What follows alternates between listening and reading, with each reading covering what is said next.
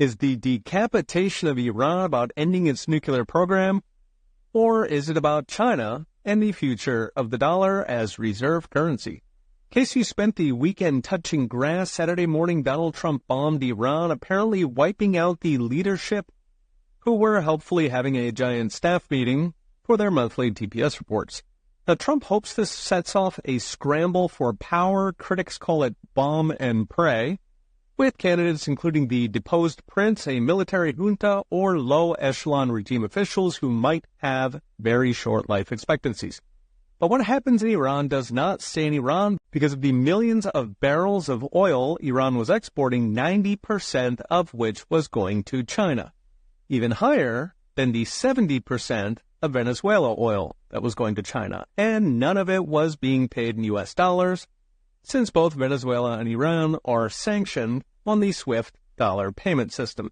Now, this is raising questions whether Iran was actually a strategic strike against China, who's already reeling from a real estate crisis and massive overcapacity in manufacturing, which is exacerbated by Trump's trade war.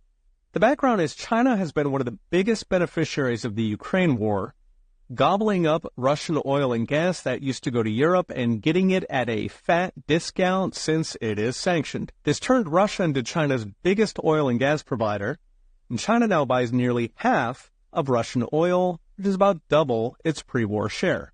China was doing the same with Iran and Venezuela, buying their sanctioned oil at a fat discount, essentially buying shoplifted groceries on the street instead of going into Walmart and paying like everybody else, which gave it a big cost advantage.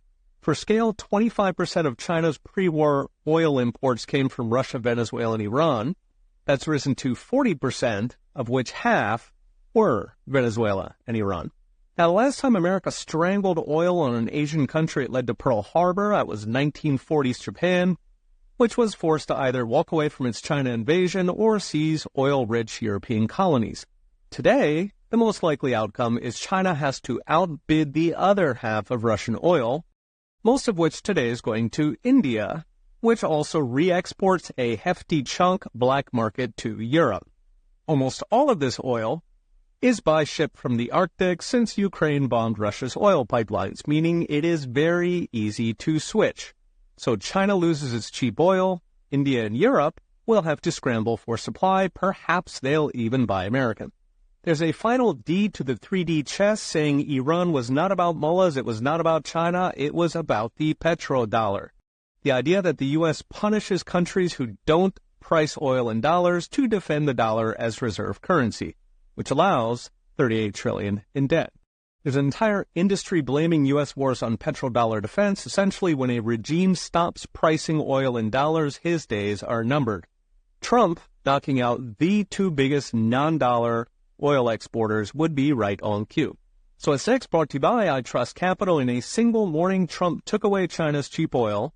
He may force India and Europe to buy American, and if the petrodollar was part of the deal, it means Trump's gone from wanting a weak dollar to promote exports to wanting a strong dollar to finance trillion-dollar federal deficits. Listen to all last week's videos in a single 20-minute podcast. Search Peter Sadange wherever you enjoy your podcasts. Okay, we'll be watching. See you next time.